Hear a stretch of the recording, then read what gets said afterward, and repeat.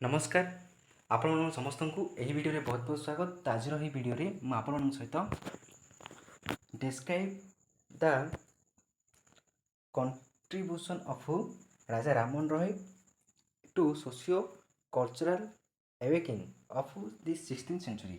राजा राम मोहन रॉय ताके किंदी विषय टी जानिबा ताहा सहित ताके किपर कौन जो सोशल रिलीजियस जो मूवमेंट होता तार कौन कंट्रीब्यूट्स कौन रही तार नोट्स टी मुझे सब डिस्कसन करी आ वीडियो आगक मुझे जे आपण मैंने यार पीडीएफ टी नोट्स टी किपर पाइपर। तो चलते स्टार्ट करवा। तो फास्ट देखा आम the most important feature of the 19th century history of India is growth of socio religious reforms movement. माने कौन 19th सेंचुरी आम सब कौन सोशियो रिलीजियस सामाजिक धार्मिक सब रिफॉर्म है सेटा बहुत फेमस आम इंडिया भारत इतिहास को मसीह 19th सेंचुरी 19th शताब्दी। During this period they was remarkable change the social and political ideas of the people.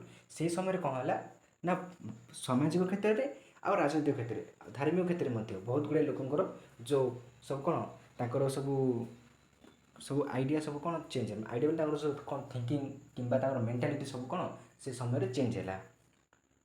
Under the impact of western civilisation people became rational and criticized their traditional beliefs and faiths. The English educated Indians devoted themselves to remove the evil from of their social religious faith. English माने कौन कले सब English education हो ना civilisation हो ताको सब introduce कले कहीं ये सब जो सोशल सब इविल जो थी माने जो सब जैसे सती प्रथा देखिपर ना छुआ छुआ भेदभाव ये सबको दूर करने इंग्लिश माने कौन कले ना निजर इंग्लिश ब्रिटिश एजुकेशन ब्रिटिश सब कौन सब आम इंट्रोड्यूस कले आम भारत लोक मान जनइले। Raja Ram Mohan Roy was the pioneer among them and indicated the period of reforming activities in the social religious space. Raja Ram Mohan Roy जो कौन गोटे प्रमुख थे जो सब सामाजिक धार्मिक रिफॉर्म सब चेंजेस आने तार प्रमुख नेतृत्व नहीं सब क्षेत्र में पॉलिटिकल क्षेत्र में सोशल क्षेत्र में रिलीजियस क्षेत्र में। The growth of the new spirit of found expressed in the life and career of Raja Ram Mohan Roy in an aristocracy Brahman family। गोटे ब्राह्मण फैमिली आरिस्टोक्रासी मैंने कौन आ पूर्व मुझे आरिस्टोक्रासी कौन कही तथापि मुझे सर्ट कर आरिस्टोक्रासी मैंने जो थे ना जो उच्च श्रेणी लोक थे धनी श्रेणी लोक थे कौन सिंपली आरिस्टोक्रासी आम कह। ही वाज बॉर्न 1772 AD 1772 मसीह कि राजा राम मोहन रॉय जन्मग्रहण करते at the village of Radhanagar in the Bengal Radhanagar से जन्मग्रहण करते।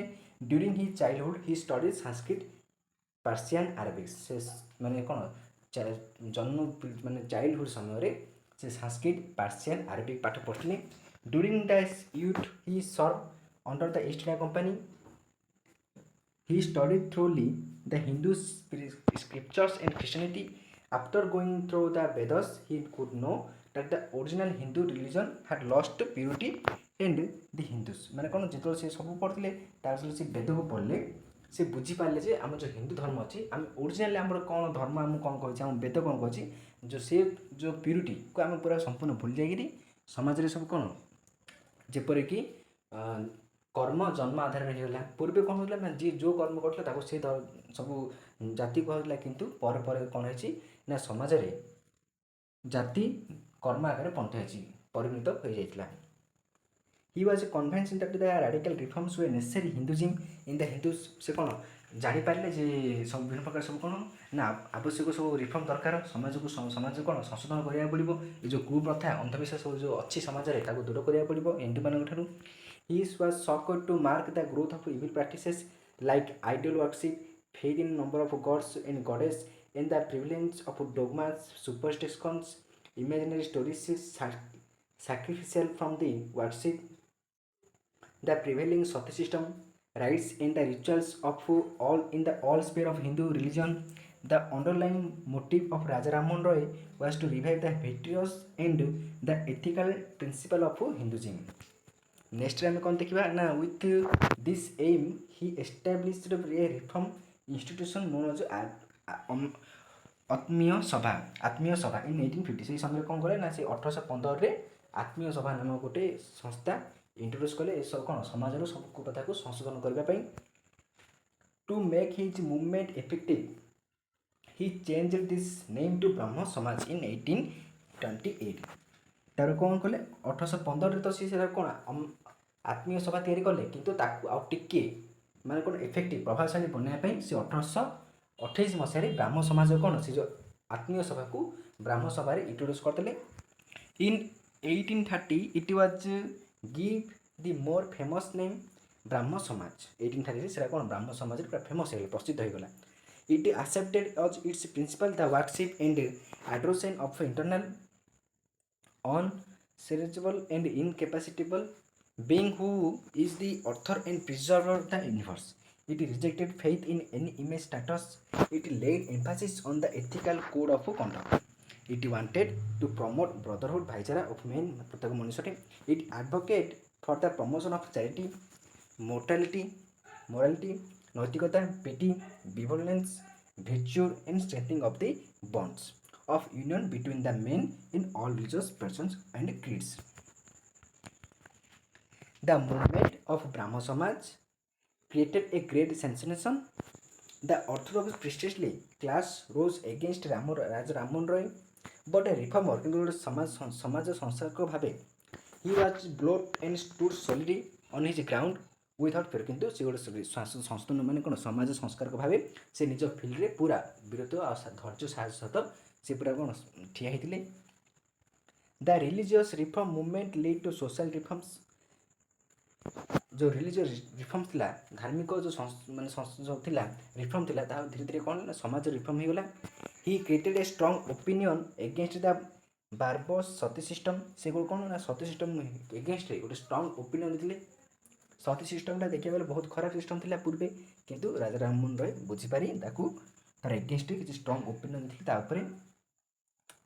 ही raised his voice against other social evils like polygamy, caste system, untouchability system, seculation of women. As a result, liberal trends entered into the conservative Hindu society। तापर कौन ना उदारवाद जो ट्रेंडटा सेटा हम society को आसिला। He also wanted to modernize the society by means of Western education. His desire for English education was so strong that he himself opened to English schools। माने से English education प्रति बहुत माने सपोर्ट हेले आ बहुत गुड़ा English school को से ओपन मध्य करे साहाय्य करछनी। He pleaded with the government to give India the benefits of European learning. Beside his role as a reformer, he also become a forerunner of politics awakening in India. He realised the value of free opinions. माने कोन मुक्त भाव समस्त कहबा जो विश्वास करथिले माने जानि पारथिले। And become a champion of free press. He established a Bengal weekly called Sambad Kaumudi in 1821। 1821 ये सब को माने कौन आम फ्रीली सब कहीपर सब मूल्य बुझी से 1821 समाज कुमुदी नामक गोटे कौन पत्रिका बेंगल इंट्रोड्यूस कर प्रतिष्ठा करते।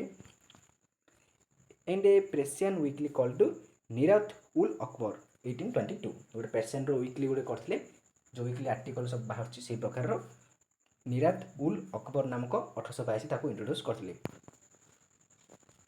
It containing various news and views regarding social, political, religious, national and international affairs.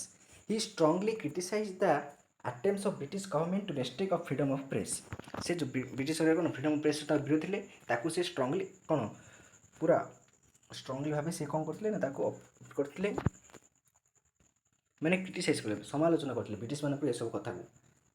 His socio-religious movement aimed at a liberation of the Hindu individual from the bondage ignorance. He preached the value of mental emancipation and humanity. He was the first Indian who visited London to advocate before Parliament in support of Bentinck's law against sati system। से गोटे भारत प्रथम गोटे कौन थे ना India प्रथम advocate भाव जाते जे कि पार्लियामेंट रे लॉर्ड बेंटिंग सती सिस्टम एगेंस्ट थिला जो लॉर्ड बेंटिंग सती सिस्टम को विरोध करते जो थिला तांको से नहीं वकिलाती करने लंडन जाते से गोटे कौन भारतर फास्ट नागरिक। At a place called Bristol he died in September 1830। 1833 से ब्रिस्टल नामक जगह कौन मृत्युवरण करते। After the death of Raja Ram Mohan Roy, Devendranath Tagore and Keshav Chandra Sen took up the leadership of the Brahman movement तापर कौन राजा राममोहन को मृत्यु पर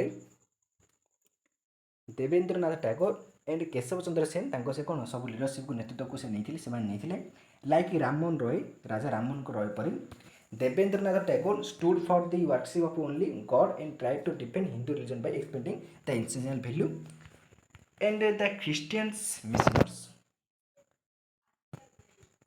there is mission was to fail namely to rationalize Hinduism from within to oppose conversion to Christianity under Keshava Chandra's leadership Keshav Chandra leadership का नेतृत्व रे the radical Brahmo reforms looked ahead of various social program Keshav Chandra himself appeared a coming near to Christianity for which the Brahmo Samaj was divided into two तब कौन केशवानंद देवेंद्रनाथ दी जन करते दी जनकर कौन पर सब जो ब्राह्मण समाज को नहीं जो सब जहाँ सब कौन रास्ता अलग हो जापर कौन है ना टू सेक्शन डिवाइड हो नेमली सधान ब्राह्मण समाज और कौन आदि ब्राह्मण समाज सधान ब्राह्मण समाज Adi Brahman Samaj those a point of different organization the Brahman Samaj left many legacies for the future organization in India तो ये ब्राह्मण समाज नोट्सटा जब आप